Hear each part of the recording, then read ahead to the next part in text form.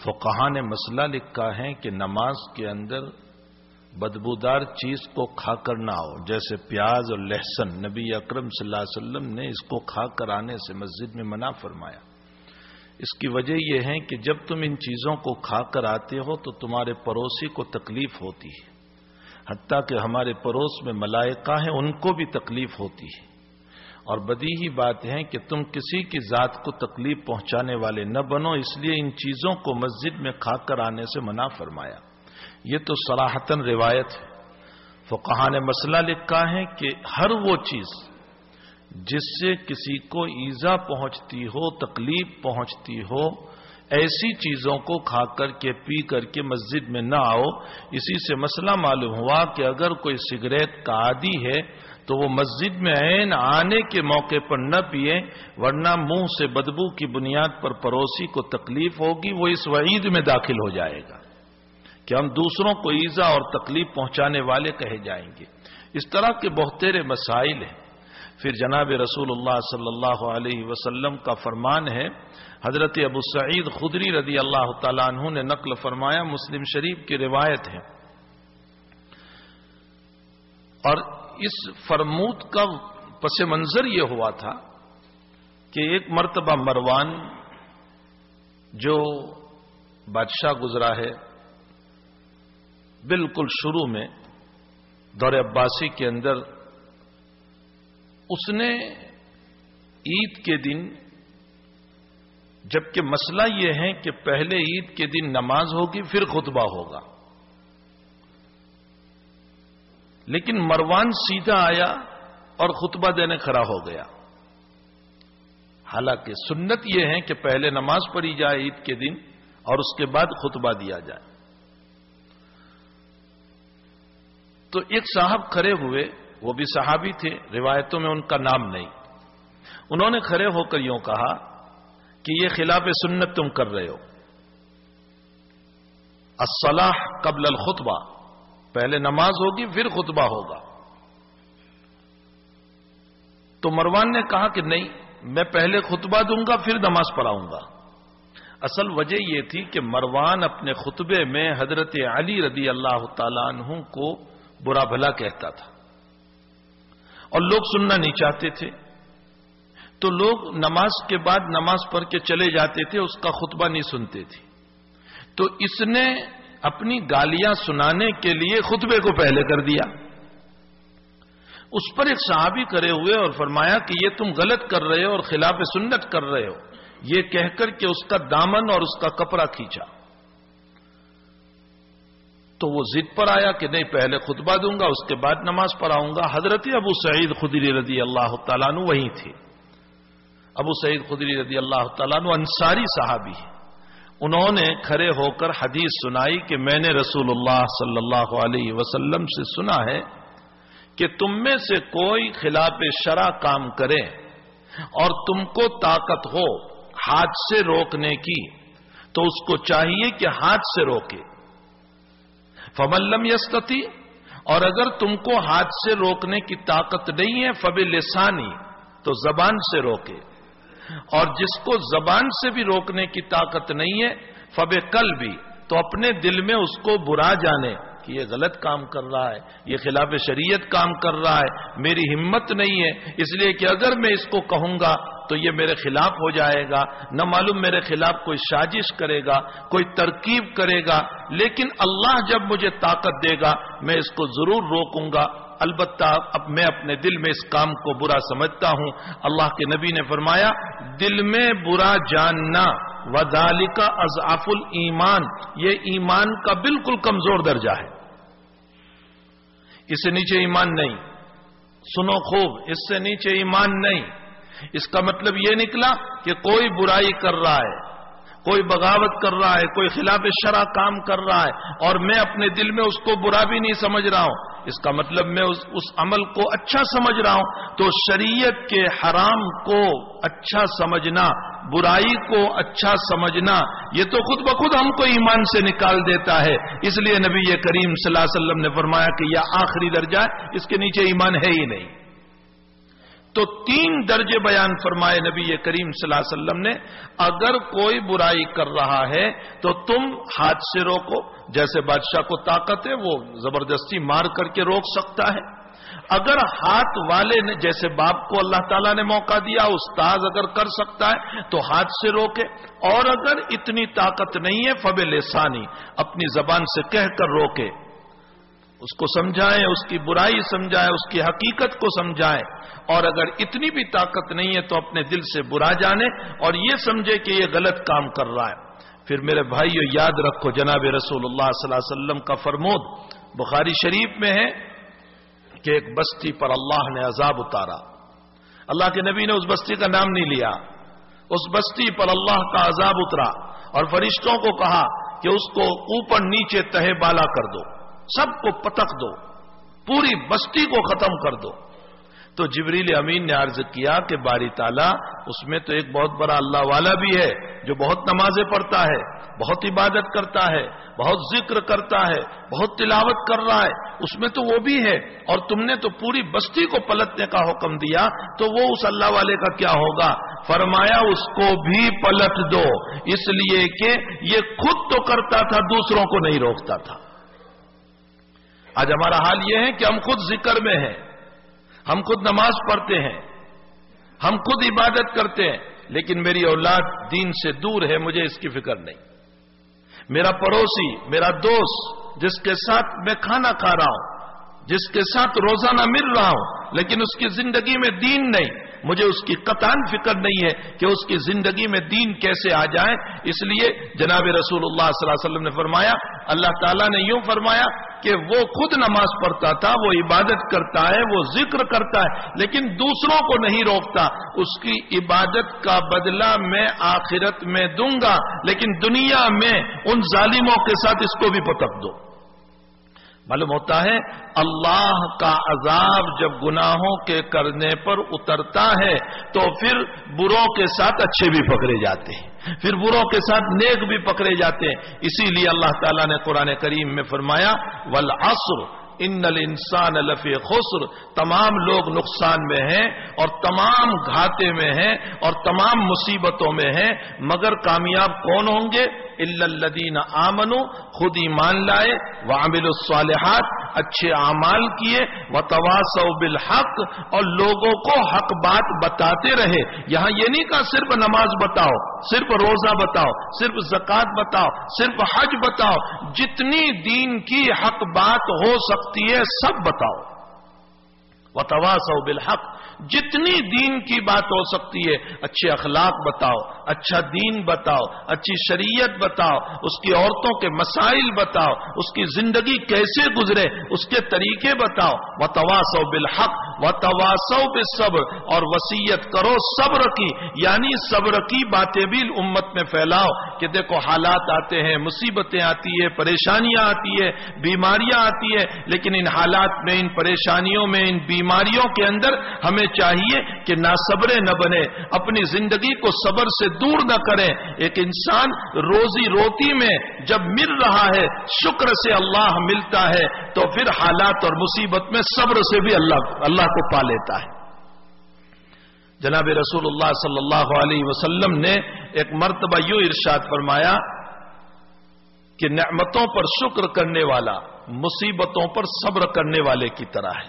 یہ بخاری شریف کی روایت ہے. نعمتوں پر شکر کرنے والا مصیبتوں میں صبر کرنے والے کی طرح ہے. یہ تو بخاری شریف میں ہے. اب ایک ضعیف روایت اس سے آگے امام بیہقی نے نقل فرمائی. حضرت امام بیہقی رحمۃ اللہ علیہ فرماتے ہیں کہ اس پر ایک صحابی نے سوال کیا کہ یا رسول اللہ، جو نعمتوں میں جی رہا ہے وہ اگر شکر کرے تو اتنا کمال کہاں ہوا؟ اس کے پاس تو مال پانی موجود ہے، مکان موجود ہے، جائیداد موجود ہے، پراپرٹی موجود ہے، وہ شکر کرنے والا ہے. یہ تو مصیبت میں پھنسا ہوا ہے، پریشانیوں میں پھنسا ہوا ہے، حالات میں پھنسا ہوا ہے، اس کے باوجود دونوں برابر ہوں گے. اللہ کے نبی نے فرمایا، اگلا جملہ سنو، اللہ کے نبی نے فرمایا نعمتوں پر شکر کرنے والا صبر کرنے والوں کی طرح ہے، لیکن قیامت میں صبر کرنے والا شکر کرنے والوں سے پہلے جنت میں جائے گا.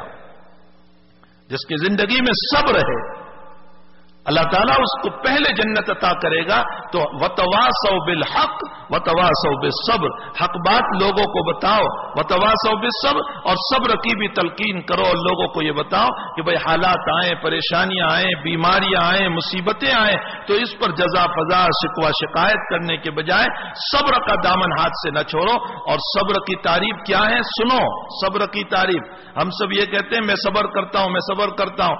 صبر کی تعریف جنید بغدادی رحمت اللہ علیہ نے فرمائی، صبر کی تعریف یہ ہے کہ حالات کو برداشت کرتے ہوئے عبادتوں میں کمی نہ آنی چاہیے.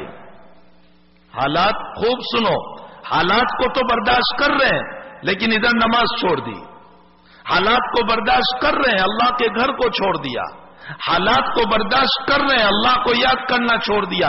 یہ صبر نہیں ہے. صبر کا گھونٹ پیتے ہوئے اللہ کی عبادت کو نہ چھوڑا جائے اسے صبر کہا جاتا ہے.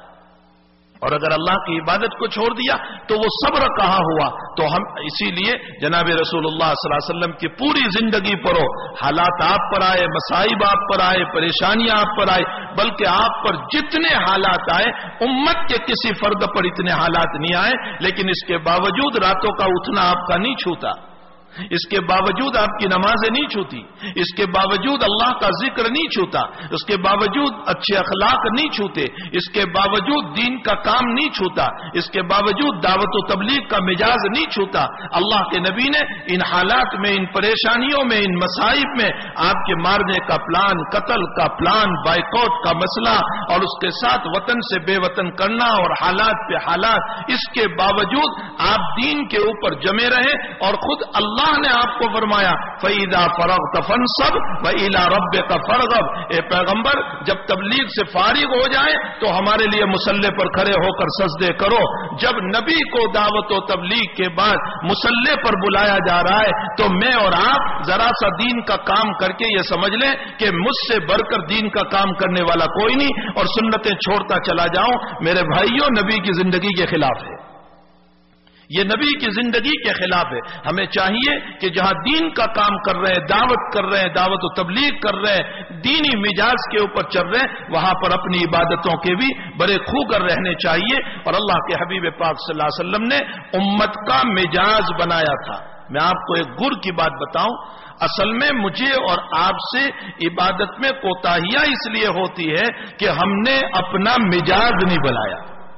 جس کا مزاج بن جاتا ہے تو جیسے اس کو کھانے بھوکا رہنے سے چین نہیں پڑتی، اسی طرح نماز کے چھوٹنے سے بھی چین نہیں پڑتی. مزاج جب بنتا ہے نا، مزاج جب بن جاتا ہے تو پھر اس صورت میں جیسے بھوک سے بے چینی ہوتی ہے، نماز کے چھوٹنے سے بھی بے چینی ہوتی ہے. میں آپ کو ایک دو واقعے بتاؤں جس سے آپ کو پتا چلے گا کہ اللہ کے نبی نے اپنے صحابہ کا مزاج کیسے بنایا. ایک سفر سے واپس آ رہے تھے نبی کریم صلی اللہ علیہ وسلم، حضرت عائشہ صدیقہ رضی اللہ تعالیٰ عنہا بھی سفر میں ساتھ تھی. صحابہ کا مزاج تھا کہ جب قیام فرماتے راستے میں کسی جگہ تو صحابہ دور رہتے تھے. اللہ کے نبی کا خیمہ الگ، صحابہ دور اپنا خیمہ ڈالتے تھے. حضرت عائشہ بھی اس سفر میں ساتھ ہے. رات کو خیمہ ڈالا ایک جگہ پر اور آرام فرمایا. تو رات میں بیٹھے ہوئے تھے، آسمان کی طرف نظر اٹھائی تو حضرت عائشہ رضی اللہ تعالی عنہا نے پوچھا، اللہ سوال تو دیکھو عائشہ کا، اگر ہم پکنک پر جائیں 5 دن کہیں پر گارڈن میں، باغ میں، اور شاندار ہوٹل بک کرائی ہو اور اس طرح ہم رات میں بیٹھے ہوئے ہو اور ہماری بیوی آسمان کی طرف دیکھے اور خوشگوار منظر نظر آئے تو وہ کیا کہے گی؟ وہ کہے گی 2-4 دن اور بڑھا دینے چاہیے، یہاں بہت مزہ آ رہا ہے اور 2-4 دن بک کرا دو. چونکہ مزاج گھومنے کا بنا ہوا ہے، مزاج یہ بنا ہوا ہے. حضرت عائشہ کا مزاج اللہ کے نبی نے دین کا بنایا تھا. تو حضرت عائشہ ستاروں کو دیکھ کر پوچھ رہی ہے، اللہ کے حبیب ان ستاروں کے برابر بھی کسی کی نیکیاں ہو سکتی ہے؟ دینی مزاج. تو وہاں نیکیاں نظر آئی تو اللہ کے نبی نے فرمایا کہ ہاں میرے عمر کی نیکیاں ستاروں کے برابر ہے. حضرت عمر کی نیکیاں ستاروں کے برابر. تو حضرت عائشہ ایک دم چونک گئی کہ ایسے وقت میں تو میرے ابا کا نام آتا تھا اور یہاں آج عمر کا نام آ گیا تو میرے ابا کا نام کہاں چلا گیا؟ تو فرمایا آئی نہ ابھی یا رسول اللہ، میرے باپ کا کیا مسئلہ؟ تو اللہ کے حبیب نے فرمایا کہ تیرے باپ نے میرے ساتھ جو ہجرت کی تھی مکے سے مدینہ، اور اس میں میری جو خدمت کی تھی، وہ ایک نیکی کو عمر کی ساری نیکیوں کے مقابلے میں جمع کیا جائے تو عمر کی ساری نیکیاں تیرے باپ کی اس ایک نیکی کا مقابلہ نہیں کر سکتی۔ یہ ابو بکر کا مقام ہے۔ مجھے تو صرف یہ بتانا ہے کہ جب مجاز دینی ہوتا ہے تو سوالات دینی ہوتے ہیں، اور جب مجاز دنیاوی ہوتا ہے تو پھر سوالات بھی دنیاوی۔ مجھے ایک واقعہ یاد آیا، حضرت ابو ہریرہ رضی اللہ تعالیٰ عنہ مارکیٹ گئے، بازار گئے۔ صحابہ یہ نہیں تھا کہ مسجد میں ہمیشہ تسبیح لے کر بیٹھے رہتے تھے، بازار ہی نہیں جاتے تھے۔ بازار کسی چیز کے خریدنے کے لیے گئے تو ساتھ میں شاگرد رشید سعید ابن المسیب رحمت اللہ علیہ، جو بڑے اونچے درجے کے تابعی ہے، بڑے اونچے درجے کے تابعی ہے، بہت بڑے تابعی ہے، وہ بھی ساتھ تھے۔ حضرت ابو ہریرہ نے مارکیٹ میں چلتے چلتے، بازار میں چلتے چلتے کوئی چیز خریدی، اور اس کے بعد فرمایا سعید یہیں کھڑے رہ کر دعا کرو۔ اب اللہ اکبر، کیا دعا کرا رہے؟ تو حضرت ابو ہریرہ نے دعا فرمائی کہ اے اللہ، جیسے میں اور سعید دونوں یہاں بازار میں ساتھ ہیں، اے اللہ جنت کی بازار میں بھی ہم دونوں کو جمع کر دینا۔ کیا دعا کر رہے ہیں کہ جنت کی بازار میں بھی ہم دونوں کو جمع کر دینا۔ مجاز دینی تھا تو اس بازار سے جنت کی بازار یاد آئی۔ تو سعید ابن المسیب نے سوال کیا تعجب سے کہ حضرت وہاں بھی بازار ہوگی؟ تو فرمایا ہاں، سمعت رسول اللہ صلی اللہ علیہ۔ بہت لمبی روایت پھر سنائی، چلتے چلتے وہ روایت سنائی، میں اس روایت کا خلاصہ آپ کو سناؤں۔ فرمایا ہاں وہاں بھی بازار ہوگا۔ سعید ابن المسیب کو سوال یہ ہوا کہ یہاں تو مارکیٹ میں ہم جاتے ہیں تو پیسوں سے خریدنا پڑتا ہے، تو جنت میں تو اللہ نے ساری چیزیں مفت میں رکھی ہے، پھر بازار کا کیا مطلب؟ یا تو پیسوں سے خریدنا پڑتا ہے، تو پھر وہاں بازار ہوگی تو اس کا مطلب خریدنا پڑے گا۔ تو اللہ تو کہتا ہے رغدن حیث شئتم، جہاں سے چاہو کھاؤ، تو پھر بازار کا کیا مطلب؟ تو ابو ہریرہ نے فرمایا میں نے حضور پاک صلی اللہ علیہ وسلم سے سنا ہے کہ جب سارے جنتی جنت میں چلے جائیں گے تو جنت میں جانے کے بعد اللہ کا اعلان ہوگا اے جنتیوں تم نکلو، دنیا میں تم تفریح چاہتے تھے، میں نے تمہاری تفریح کے لیے ایک بازار بنایا ہے۔ تو سارے جنتی نکلیں گے اور وہ ایک بازار ہوگا جہاں گھومیں گے، اور عجیب و غریب وہاں چیزیں ہوگی، پیسوں سے خریدنا نہیں ہوگا، جس کو جو چیز پسند ہوگی وہ اٹھا لے گا، جس کو جو چیز۔ اللہ کے نبی نے جو جنت کا نقشہ کھینچا ہے، فرمایا جس کو جو چیز پسند ہوگی وہ اٹھا لے گا۔ اس کے بعد اللہ تعالیٰ فرمائیں گے کہ دنیا میں تم ہر جمعہ کو جمع ہوتے تھے اور آپس میں ایک دوسرے کو ملتے تھے اور دور دور سے جمعہ کے اندر جمع ہوتے تھے، اب یہاں جنت میں تو جمعہ ہے نہیں، تو اب میں تمہیں ملاتا ہوں، یہ کہہ کر کے اللہ کہیں گے کہ یہ میدان ہے، اس میدان میں سارے لوگ جمع ہو جاؤ، اور اس میں کرسیاں ہوگی۔ نبی علیہ السلام فرماتے کوئی یاقوت کی ہوگی، کوئی موتیوں کی ہوگی، کوئی سونے کی ہوگی، کوئی چاندی کی ہوگی، اور ہر ایک کا اس پر نام ہوگا، اور جس کو جہاں بیٹھنا ہوگا، جس کی جو سیٹ ہوگی وہ وہیں بیٹھے گا۔ اور اللہ کے حبیب فرماتے ہیں کہ کبھی بھی ایسا دل میں نہیں آئے گا کہ اچھا میری کرسی ڈاؤن ہے اور اس کی اونچی ہے، یہ سونے کی ہے، میں چاند۔ فرمایا وہاں دل کے اندر کھوٹ ہوگی ہی نہیں جنت میں۔ تو ہر ایک اپنی نشست پر بیٹھے گا، اور نشست پر بیٹھنے کے بعد حق تعالی جل شانہ کی طرف سے زعفران اور مشک کی بارش ہوگی، اور اس کے بعد اسرافیل کو بلایا جائے گا، اور حضرت اسرافیل علیہ السلام جو سور پھونکنے والے ہیں وہ بہترین آواز میں اللہ کے کلام کو سنائیں گے، ایک میوزک وہاں بج رہا ہوگا، اور پھر اللہ کے کلام کو حضرت اسرافیل سنائیں گے جس سے لوگ جھوم اٹھیں گے، اور ایسا جھوم اٹھیں گے، ایسا جھوم اٹھیں گے کہ جس کی وجہ سے لوگ ایک دوسرے کو ہنستے ہنستے دیکھ رہے ہوں گے، اور دنیا کی ساری جو ہے تکلیفوں کو، مصیبتوں کو بھول چکے ہوں گے۔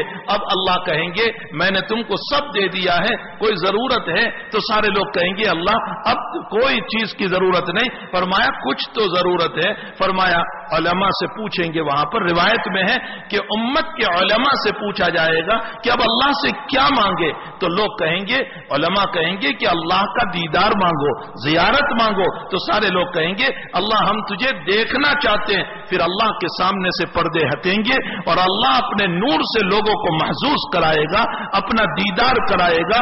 اس وقت کہیں گے آج ساری نعمتیں پوری ہو گئی ہماری. اس روایت کے ذیل میں محدثین نے لکھا ہے, فرمایا جو دنیا میں جتنا صبر کر کے گیا ہوگا اللہ اس نشست میں, اس بیٹھک میں, اس میدان میں اس کو اتنا اونچا مقام عطا کرے گا.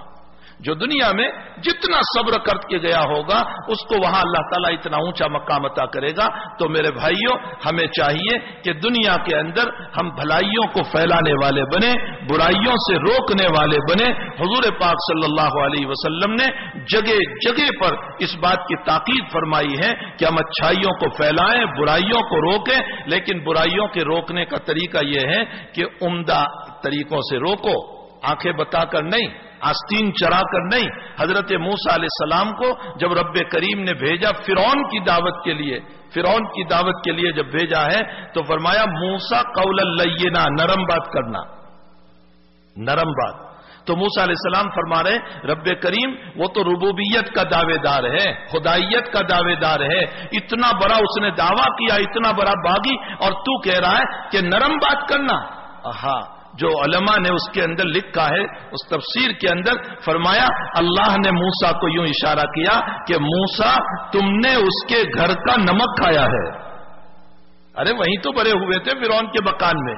فرمایا تم نے اس کے گھر کا نمک کھایا ہے. نبی کی شان کے خلاف ہے کہ اپنے محسن کو آنکھیں بتائے.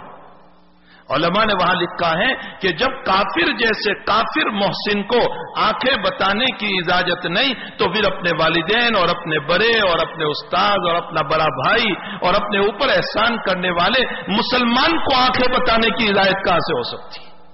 اس کی اجازت ہمیں کہاں سے ہو سکتی ہے؟ بہرحال حضرت موسیٰ علیہ السلام کو فرمایا نرم بات کرنا, بہت تیور چڑھا کر بات نہ کرنا. ہمارے حضرت مفتی شفیع صاحب رحمۃ اللہ علیہ اس پر یوں فرمایا کرتے تھے, مفتی اعظم پاکستان یوں فرمایا کرتے تھے کہ بھائی دیکھو موسیٰ سے بڑھ کر مبلغ کوئی نہیں اور فرعون سے بڑھ کر باغی کوئی نہیں. فرمایا تم موسیٰ کے برابر تو مبلغ ہو نہیں, تم موسیٰ کے برابر تو مبلغ ہو نہیں. اچھا تم جس کو دعوت دے رہے ہو وہ فرعون جتنا باغی تو ہے نہیں. جب فرعون کو منع کیا گیا اس طرح آنکھیں بتانے کو موسیٰ کو, تو ہمیں اجازت کہاں سے ہو سکتی ہے کہ ہم غصے ہو کر آستین چڑھا کر کے کسی کو دعوت دیں؟